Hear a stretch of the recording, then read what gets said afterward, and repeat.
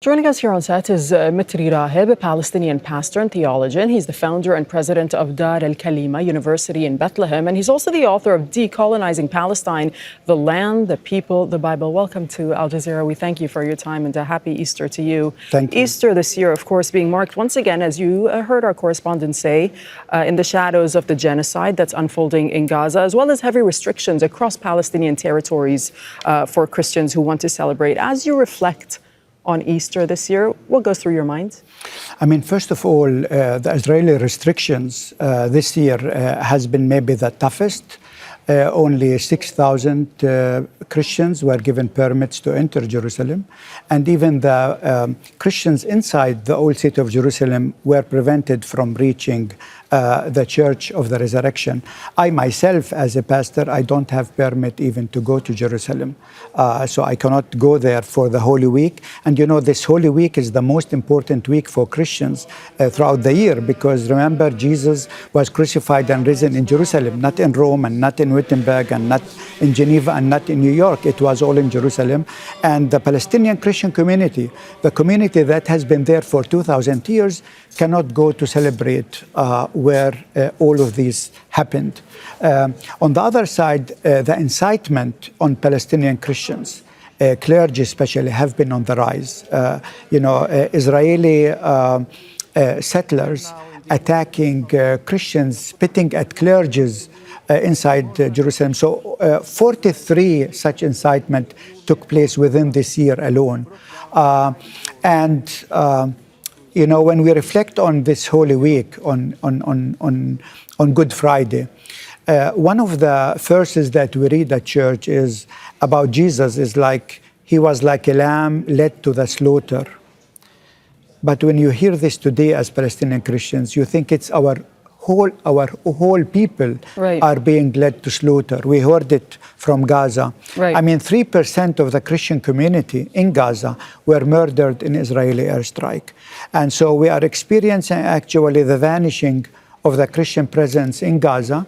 And Gaza used to be really a very important Christian hub in the Middle East. So what would you say? I mean, you were referring to the restrictions on freedom of movement a moment ago. I mean, Palestinian Christians are often described as, quote unquote, the living stones, right? With deep roots, maintaining a continuous presence, as you just said, for 2,000 years. In terms of the day-to-day challenges when it comes to the sustainability and the existence of the Christian community, what would you say are the biggest challenges? I mean, in Gaza, it's the ethnic cleansing, for sure, and making life in Gaza unlivable. In the West Bank, it's the settler colonization of the West Bank. It's taking the land and pushing the Palestinians in these small, like pantustans or reservations. And Bethlehem basically is one of these reservations. There are already over 900 checkpoints in the West Bank. So Bethlehem, the city where I come from, has already 54 checkpoints around it. So everywhere I want to go out of Bethlehem, I have to go through Israeli checkpoint. And sometimes we have to wait 4 hours, sometimes 4 or 5 hours at these checkpoints being humiliated. And basically the idea is this is another way to push the native people, the Palestinians, out of Palestine. And what we see in Jerusalem actually is a Judaization of the city. So last week, Jewish settlers, because of the Pesach, the Jewish holiday, were allowed in 10,000s to flood the old city, while Christians were prevented from reaching to the church. Even the nuncios, which is the Vatican ambassador, imagine, the Holy See ambassador was stopped, was prevented from entering to the old city. He had to stay there for several minutes until they let him in. The diplomats were humiliated at one of these checkpoints in the old city of Jerusalem. So we see actually how Israel wants to Judaize, to have Jerusalem just for one people and for one religion, basically pushing the Palestinians out and Christians and Muslims out of this very important city for our faith. Do you see it as the duty of all Christians around the world to speak up about the situation, of course, in Gaza, as well as what's happening in the occupied West Bank, even if it goes against what their government policy is? And Do you see silence as complicity? I mean, definitely. First of all, thanks God, there are many churches that are speaking up. I'm thinking even of churches in the United States that are bold to speak up. But there are many other churches who keep silent. And, you know, to be silent is complicity different. And again, this connects us to the biblical story of Good Friday.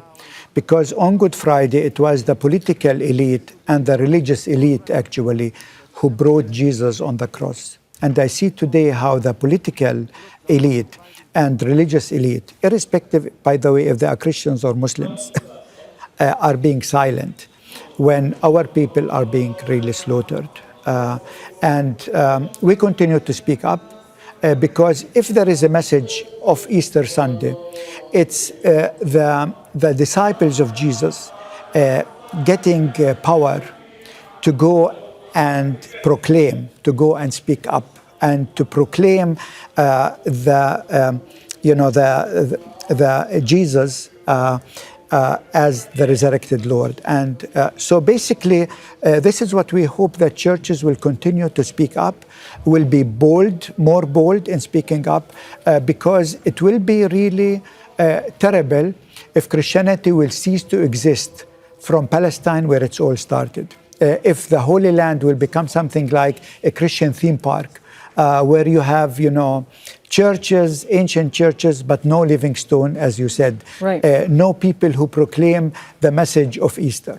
Okay, Pastor Mitri Raheb, thank you so much for joining us here on Sat and Tawha. We appreciate It's a pleasure your time. to Thank be you. with you.